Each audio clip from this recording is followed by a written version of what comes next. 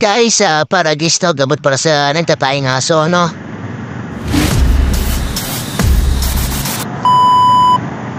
Ayan, kukuha tayo ng damong paragis yan. Puputol-putulin natin mga pasupremo, no? Ayan.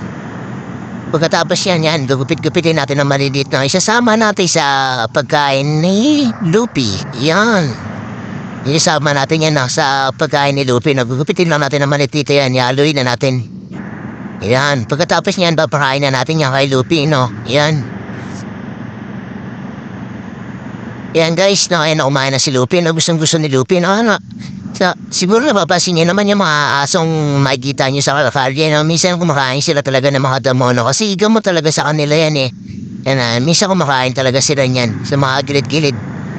Yan, kailangan pag kumakain sila, hawakan nyo rin, no? Para kung saan kung may mahanap kayo na maliliit na biglang hawakan yung pagkain ng aso, ha?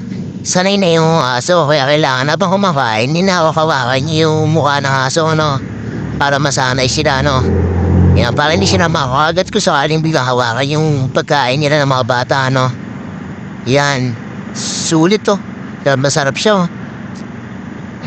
Yan, naubusan ni Lupi. Solid.